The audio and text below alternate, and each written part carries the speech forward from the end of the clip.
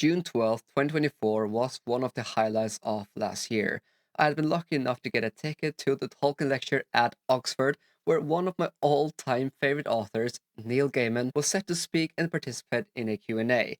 To put it simply, that entire event was magical.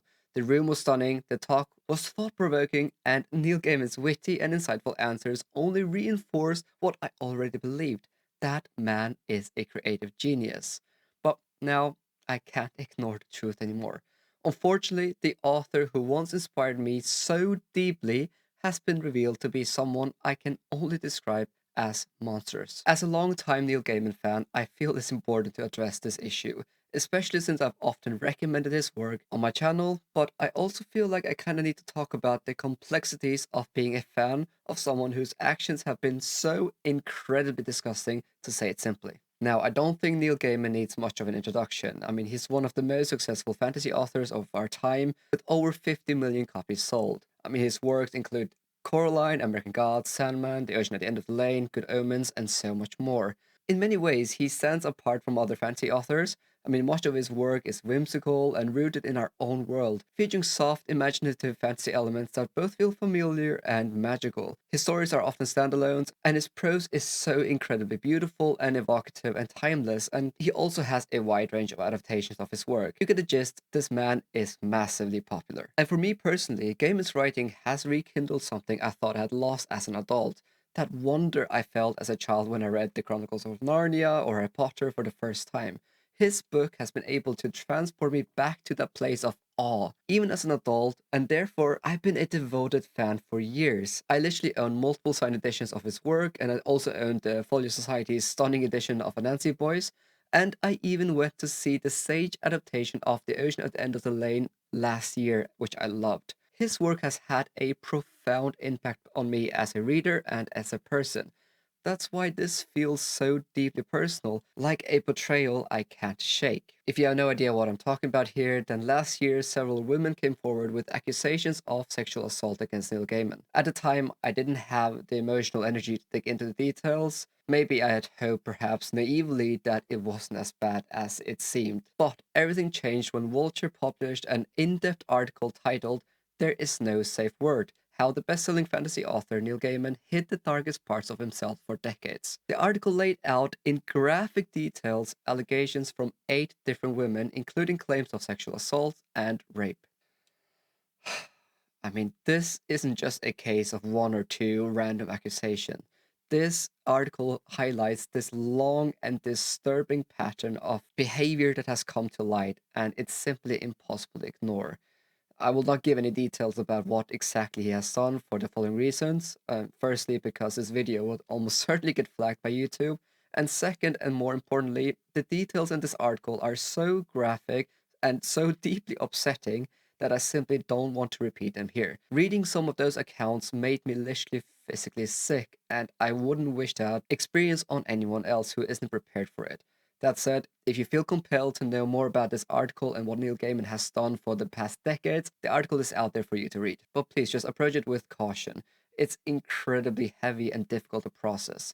Now, after this article came out, J.K. Rowling, she actually came out and tweeted, and I quote, "The literary crowd that had a lot to say about Harvey Weinstein before he was convicted has been strangely muted in its response to multiple accusations against Neil Gaiman, from young women who'd never met, yet, as with Weinstein, tells remarkable similar stories." End of quote. And you know what? I do agree with Rowling here. I know we live in a society where the principle of innocent until proven guilty is so fundamental, and I agree with it.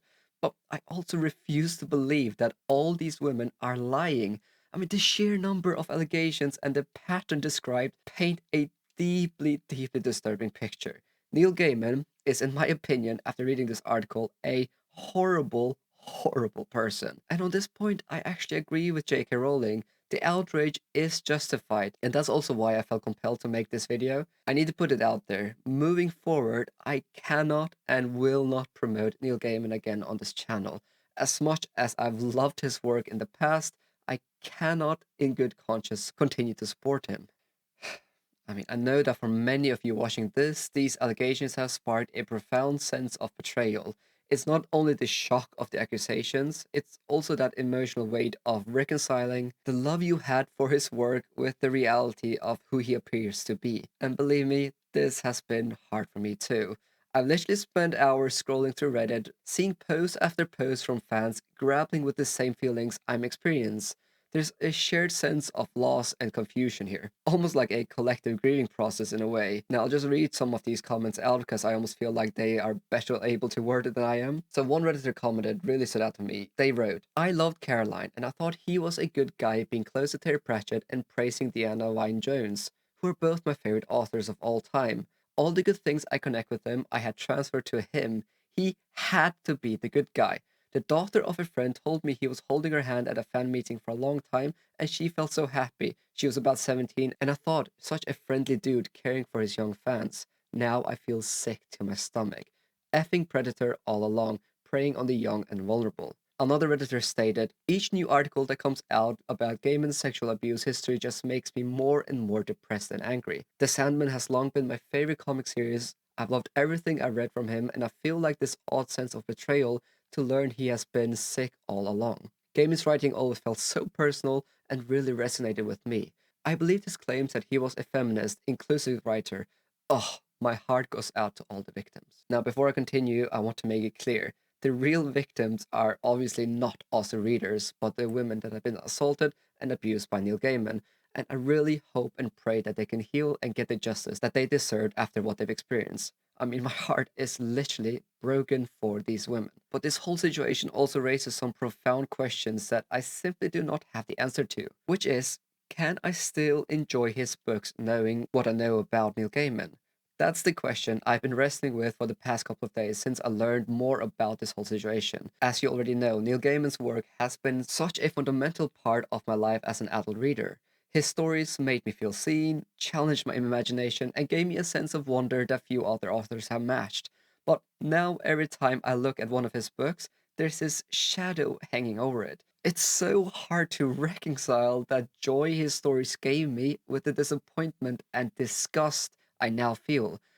That conflict between loving the art and feeling let down by the artist is something I think many readers are currently struggling with, myself included. On one hand, the work itself hasn't changed. Coraline is still hauntingly beautiful. The Ocean at the End of the Lane is still a magical book. But it's impossible for me to separate those stories entirely from the person who created them. When I think about Gaiman's words now, I can't help but think about who he is, and he colors the experience in ways that feels deeply personal. So this might sound overly dramatic, but for me, it almost feels like losing a friend you thought you knew. His stories have been like companions for me, voices I trusted, and now it feels like that trust has been broken. It's not just about the disappointment, but it almost feels like there's been a sense of betrayal. Like the stories I loved so much were a little less sincere than I actually believed. Obviously, I'm expecting some of you people to say just separate the art from the artist.